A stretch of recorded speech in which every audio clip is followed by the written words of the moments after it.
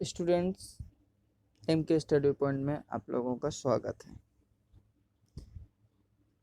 काफ़ी दिनों से किसी कारणवश वीडियो नहीं बना पा रहे थे, आप लोगों को तक नहीं पहुंचा पा रहे थे।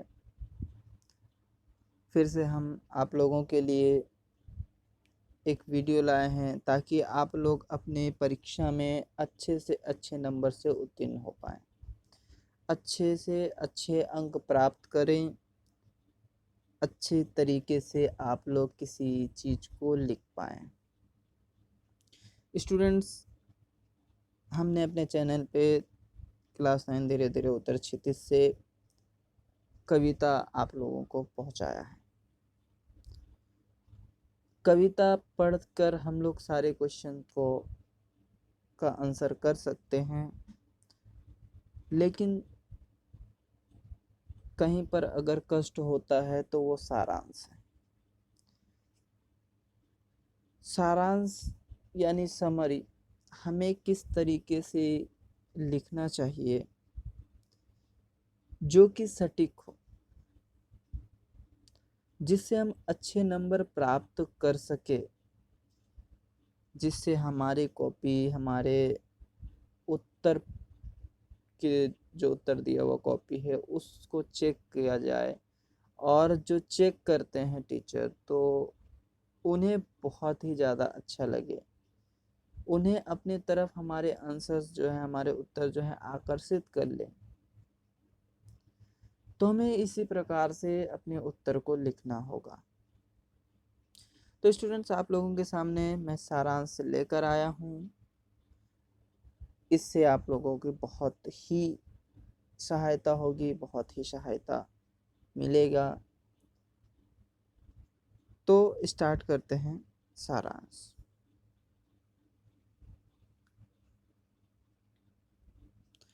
प्रस्तुत कविता कावित्री महादेवी वर्मा द्वारा रचित है।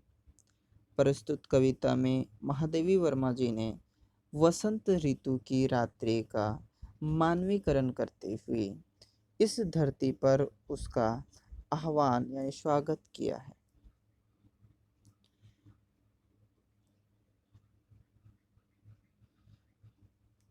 दुल्हन की तरह सजी संवरी वसंत रजनी को आमंत्रित करते हुए कावित्री कहती हैं कि तुम छत रूपी क्षितिज से उतरकर इस धरती पर आओ। वसंत रजनी को आमंत्रित करती हैं। महादेवी वर्मा जी वसंत रजनी से आग्रह करते हुए कहती हैं कि तुम अपनी चोटी में नवीन तारों को गुथ कर आना और अपने सिर पर चंद्रमा को फूल की तरह धारण करके आना।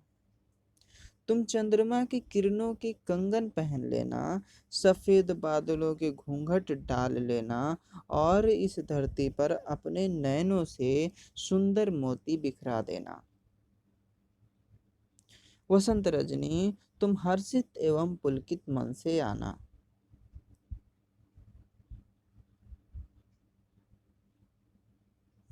वसंत के आगमन के समय वृक्ष अपने वसंत के आगमन के समय वृक्ष अपने पुराने पत्तों को त्याग कर नवीन पत्ते ग्रहण करते हैं। पुराने पत्ते को त्याग कर नवीन पत्ते ग्रहण करते हैं।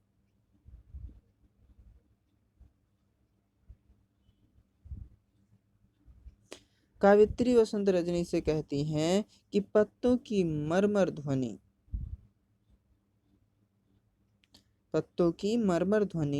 तुम्हारे नुपुर की मधुर ध्वनि है। तुम्हारे नुपुर की मधुर ध्वनि है, यानी नुपुर की मधुर ध्वनि बताया गया है। पत्तों की, जो सूखे पत्तों की जो आवाज़ है, जो हवा चलते हैं तो जो पत्ते झड़े होते हैं उनकी आवाज़ें जो आती है तो मधुर ध्वनि होती हैं, जो जिसकी ध्वनि नुपुरों की ध्वनि से संकेत किया गया, नुपुरों की ध्वनि को संकेत किया गया है और उसी से तुलना की गई है।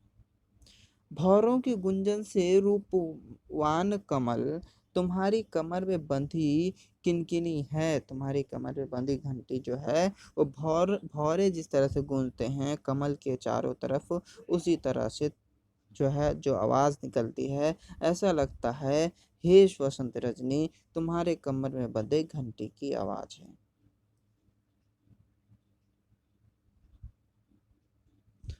तुम अपने चरणों में आलस भर के आना, तुम अपने चरणों में क्या आना, आलस भर के आना।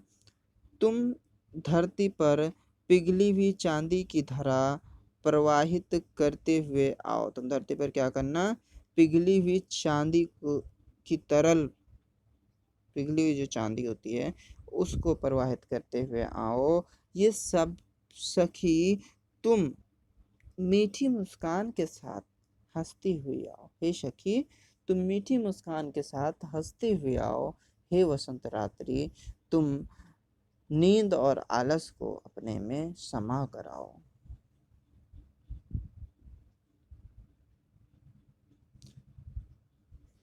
कावित्री वसंत रजनी से अपेक्षा रखती हैं कि उसके तन के रोमकूपों में, उसके तन के रोमकूपों में पुलकित यानी खुश कर देने वाले मिलन के सपने हों।